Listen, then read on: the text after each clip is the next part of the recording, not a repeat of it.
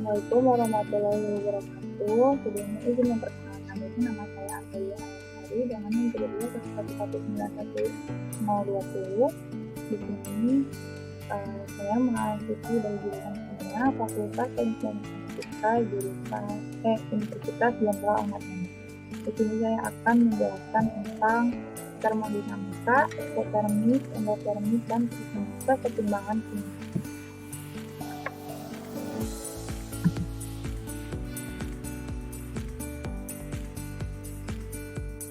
Topik yang akan dibicarakan yaitu termodinamika, eksotermik dan endotermik, dan kesetimbangan kimia. Yang pertama ada termodinamika.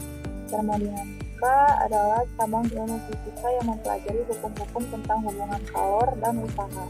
Termodinamika sendiri berasal dari dua kata, yaitu termos yang artinya panas dan dinamis yang artinya perubahan. Termodinamika melibatkan delta H, delta G, dan delta E, di mana delta H di sini yaitu perubahan kalor yang terjadi dalam reaksi kimia yang disebut perubahan entalpi. Sedangkan delta G dalam termodinamika, energi bebas dikenal juga sebagai entalpi bebas, yakni suatu potensial termodinamika yang dapat digunakan untuk menghitung kerja reversibel maksimum yang dapat dilakukan oleh sistem termodinamika pada suhu dan tekanan konstan, yaitu isotermal dan isobarik. Sedangkan delta S adalah perubahan entropi dari reaktan menjadi produk. Yang pertama akan kita bahas yaitu entalpi terlebih dahulu. Entalpi adalah jumlah energi yang diambil atau dilepaskan selama reaksi kimia sebagai pemutusan ikatan dan pembentukan ikatan baru. Dalam entalpi sendiri ada yang namanya hukum Hess. Hukum Hess ini adalah hukum yang digunakan untuk menentukan besarnya perubahan entalpi suatu reaksi. Hukum Hess menjelaskan bahwa setiap reaksi kimia memiliki perubahan total entalpi yang tetap dan tidak bergantung pada tahapan atau jalur reaksi. Bunyi hukum Hess sendiri yaitu jumlah panas yang dibutuhkan atau dilepaskan pada suatu reaksi kimia tidak tergantung pada jalannya reaksi, tapi ditentukan oleh keadaan awal dan akhir. Rumus hukum Hess sendiri, perhatikan yang gambar yang di samping ini, di mana mereaksikan A dengan B dapat menempuh jalur B dan C dengan merubah entalpi yang sama. Rumusnya sendiri yaitu delta H reaksi sama dengan sigma delta HF atau produk dikurangnya delta HF atau reaktan. Di sini terdapat contoh soalnya, di mana karbon direaksikan dengan air menghasilkan karbon dioksida dan hidrogen, di mana terdapat kedua entalpi yang kemudian dikurangi dan menghasilkan hasil akhirnya 90,1 kJ. Reaksi entalpi sendiri yaitu menghasilkan reaktan dan produk. Reaktan menghasilkan energi ikatan, sedangkan produk menghasilkan energi ikatan negatif. Kemudian keduanya ditimbang dalam kesetimbangan kimia yang menghasilkan apabila lebih banyak energi reaktan yang digunakan, maka akan terjadi reaksi endotermik. Sedangkan jika energi yang dilepaskan, maka akan terjadi reaksi eksotermik. Istilah eksoterm dan endoterm di sini juga dijelaskan dalam gambar, di mana contoh sederhananya yaitu menggunakan hot pack panas dan hot pack dingin, di mana hot pack panas yaitu eksoterm akan menghasilkan delta H negatif, sedangkan endotermik akan menghasilkan delta H yang positif. Istilah eksoterm tersendiri yaitu diambil dari bahasa Yunani yaitu eksos dan juga term, di mana eksoterm bisa diartikan sebagai reaksi kimia yang dapat menghasilkan kalor. Reaksi ini terjadi karena adanya perpindahan kalor dari sistem ke lingkungan yang mengakibatkan lingkungan jadi lebih panas. Kemudian endoterm diambil dari bahasa Yunani yaitu endon yang berarti dalam dan juga term yang berarti kalor. Dengan kata lain, reaksi endoterm berarti sebuah reaksi di mana kalor yang berasal dari lingkungan masuk ke dalam sistem. Singkatnya, ini adalah reaksi yang menyerap kalor. Karena reaksi endoterm ini menyerap energi, maka dapat menyebabkan energi dari sistem semakin bertambah. Karena itu, entalpinya juga bertambah sehingga perubahan mempunyai tanda yang tersebut. Di sini terdapat kurva di mana terdapat reaksi eksotermik dan endotermik, dan jalur yang sudah ditandai yaitu energi aktivasi, mana energi aktivasi atau energi pengaktifan adalah energi kinetik minimum yang harus dimiliki oleh molekul-molekul reaksi agar menghasilkan reaksi ketika saling bertumbukan. Melalui energi aktivasi ini dapat diketahui mengapa konsentrasi, suhu, luas permukaan bidang, dan katalis mempengaruhi laju reaksi. Yang kedua yaitu ada energi bebas Gibbs. Energi bebas Gibbs adalah salah satu dari parameter termodinamika yang menyatakan apakah kelangsungan suatu reaksi terjadi secara spontan atau tidak spontan.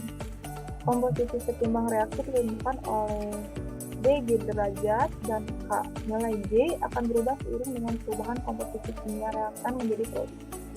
Kespontanan reaksi dapat juga dinyatakan dalam energi bebas Gibbs atau yang dilambangkan dengan G dengan rumus G sama dengan H dikurangin TS. Karena energi bebas merupakan fungsi keadaan, maka persamaannya menjadi delta G sama dengan delta K dikurangin T delta S. P di sini berarti suhu. Di sini terdapat reaksi yang menentukan apakah reaksi tersebut spontan atau tidak. Jika delta G lebih kecil dari 0, reaksi spontan ke arah ke depan. Jika delta G lebih besar dari 0, itu reaksi non spontan, reaksi ini spontan pada arah yang berlawanan. Jika delta G sama dengan 0, sistem berada pada kesetimbangan, di mana sudah terdapat ya anak panah yang mengkategorikan apakah itu reaksi spontan atau tidak. Reaksi Gibbs energi ini juga dipengaruhi oleh entalpi, temperatur, dan entropi. Jika delta H lebih kecil dari 0 dan delta S lebih besar dari 0, maka akan menghasilkan reaksi spontan. Jika delta H lebih besar dari 0 dan delta S lebih besar dari 0, maka akan menghasilkan reaksi spontan pada suhu tertinggi. Jika delta H lebih kecil dari 0 dan delta S lebih kecil dari 0, maka akan bereaksi spontan namun pada suhu yang lebih kecil. Jika delta H lebih besar dari 0 dan delta S lebih kecil dari 0, maka tidak akan terjadi reaksi spontan. Dalam energi bebas Gibbs juga terdapat perubahan energi bebas standar, di mana energi bebas reaksi standar ini adalah perubahan energi bebas untuk reaksi bila reaksi ini terjadi pada kondisi keadaan standar. Artinya, bila reaktan berada dalam keadaan standarnya diubah menjadi produk dalam keadaan standarnya, untuk menghitung perubahan energi bebas ini, maka perlu dilihat persamaan reaksinya. Persamaan reaksinya sudah terlihat pada layar. Kemudian energi bebas dan kesetimbangan. Tidak mudah mempertahankan sistem kesetimbangan pada keadaan standar, banyak reaksi-reaksi tidak berada pada keadaan standar. Maka untuk keadaan yang demikian, para reaksi ini tidak dapat diprediksi hanya dengan nilai perubahan energi Gibbs, melainkan harus menggunakan energi bebas aktual. Dan rumusnya juga sudah terdapat pada layar. Ini sudah terdapat pada contoh soal energi bebas Gibbs. Bisa dilihat di layar. Selanjutnya yaitu entropi.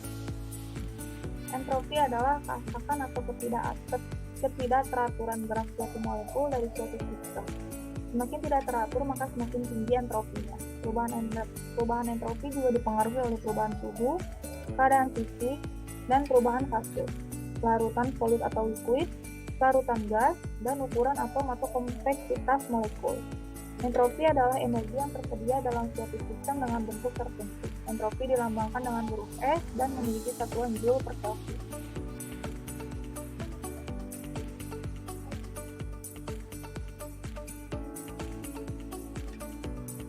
Di sini terdapat rumus-rumus dari perubahan entropi, bisa dilihat di layar, yaitu hukum entropi juga didasarkan pada hukum kedua termodinamika, di mana entropi semesta meningkat dalam proses spontan dan tidak berubah pada proses kesetimbangan.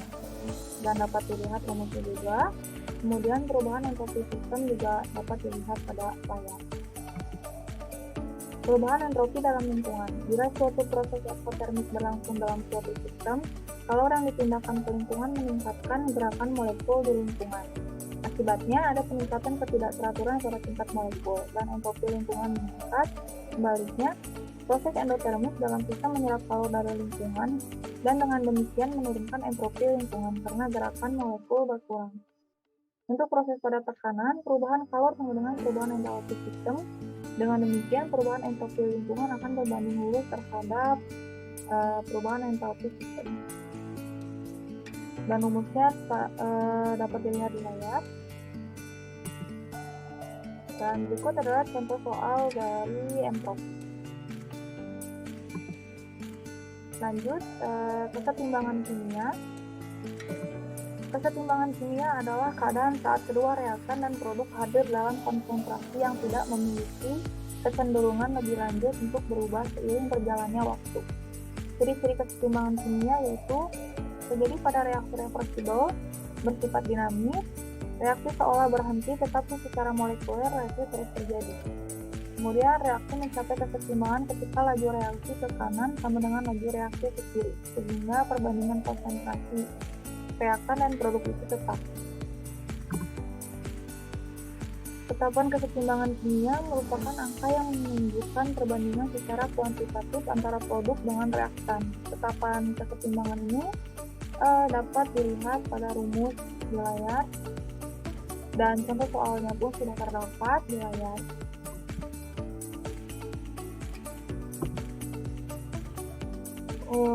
Kesetimbangan kimia menganut prinsip Lissat-Fourier, di mana bunyinya jika terhadap suatu sistem kesetimbangan dilakukan suatu tindakan, sistem kesetimbangan tersebut akan mengalami perubahan pergeseran yang cenderung mengurangi pengaruh aksi tersebut.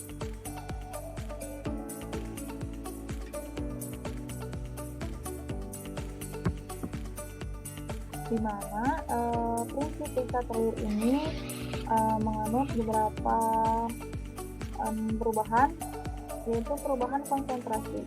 Jika konsentrasi suatu zat diperkecil, maka akan bergeser ke zat yang diperkecil. Jika yang kedua, perubahan tekanan. Jika tekanan suatu zat diperkecil, akan bergeser ke koefisien gas yang besar. Yang ketiga, perubahan volume. Jika volume suatu zat diperkecil, akan bergeser ke koefisien gas yang kecil. Yang keempat, perubahan suhu. Jika suhu suatu zat diturunkan, akan bergeser ke arah yang delta H-nya negatif, yaitu eksoterm. Yang kelima, penambahan katalisator. Katalisator bukanlah faktor pergeseran kesetimbangan, melainkan zat laju yang mempercepat reaksi dengan cara menurunkan energi aktivasi.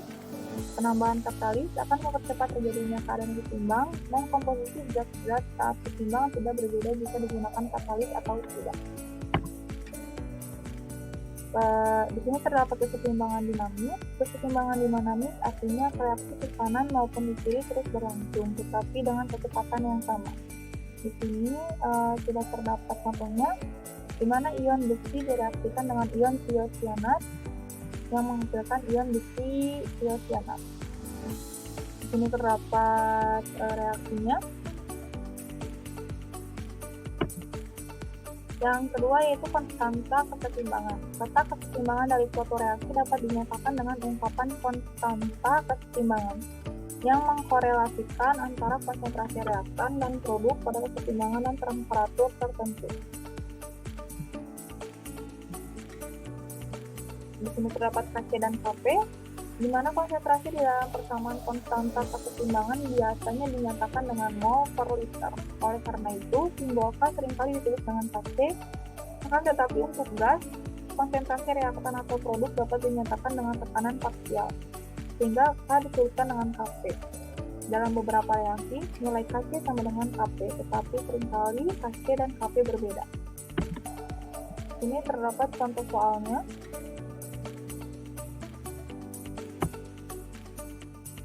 Arti konstanta kesetimbangan. Nilai konstanta kesetimbangan memberikan informasi tentang posisi kesetimbangan. Apakah reaksi lebih ke arah produk atau lebih condong ke arah reaktan. Di sini terdapat contoh soalnya.